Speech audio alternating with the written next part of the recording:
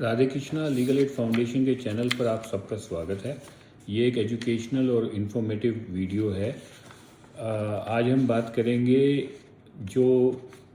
Central arm police forces के exam होते हैं, उसमें जो वैकेंसीज़ होती हैं,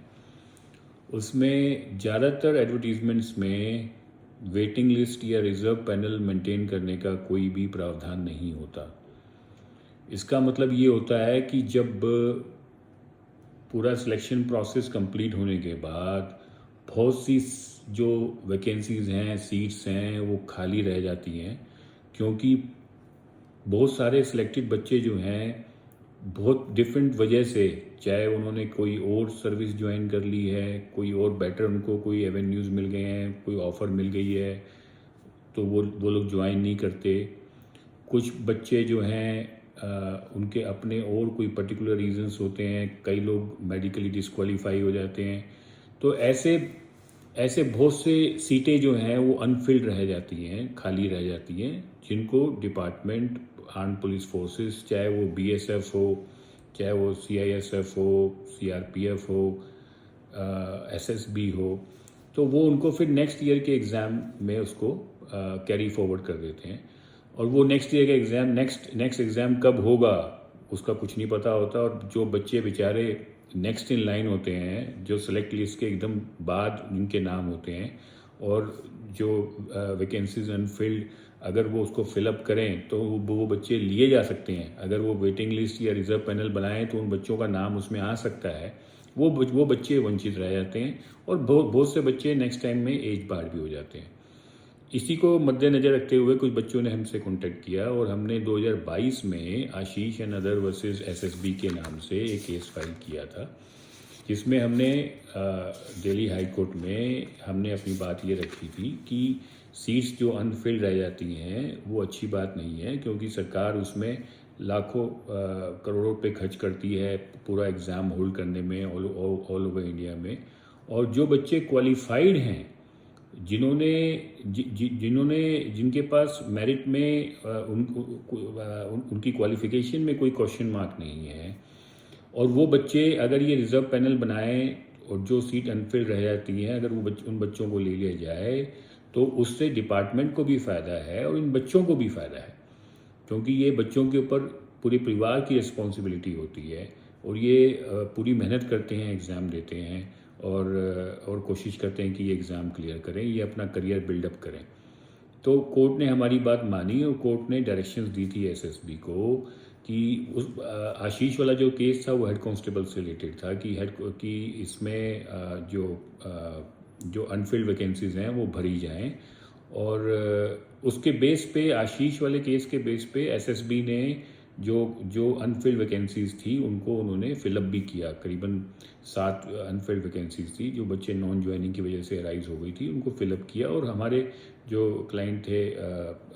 आशीष, हालांकि हमने ये सब मैटर प्रो बोनो ही करते हैं हम लोग, और आशीष को भी जॉब जो है वो ऑफ़र हो गई थी, और क्योंकि वो नेक्स्ट इन लाइन था कैंडिडेट। सिमिलरली और भी बच्चों ने डिफरेंट एडवोकेट्स के थ्रू हाई कोर्ट में फाइल किया था केस रिजर्व पैनल बनाने के लिए, वेटिंग लिस्ट के लिए,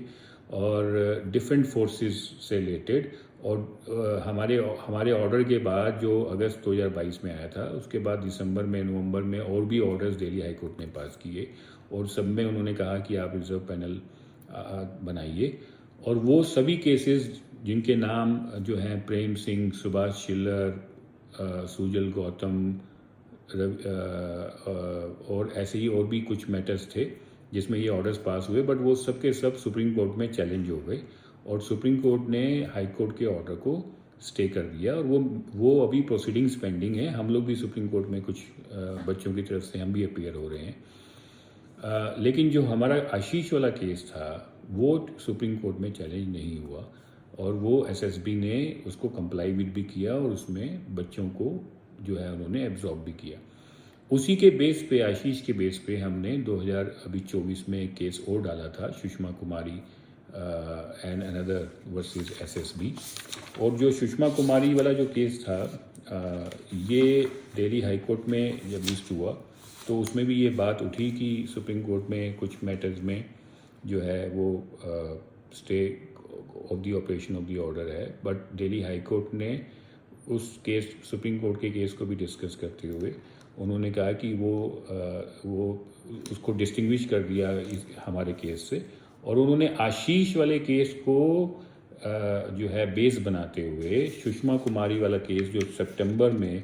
4 सितंबर को 2024 में जो ऑर्डर आया, उसमें उन्होंने कहा कि नहीं, आपको एक वेटिंग लिस्ट बनानी है और जो भी आपकी अनफिल्ड वैकेंसीज़ हैं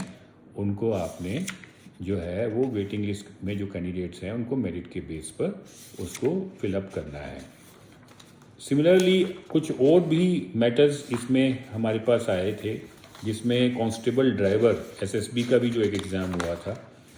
उससे रिलेटेड भी हमने बहुत से बच्चों की तरफ से, जिसका जो Vijay Kumar and others versus सशस्त्र सीमा बल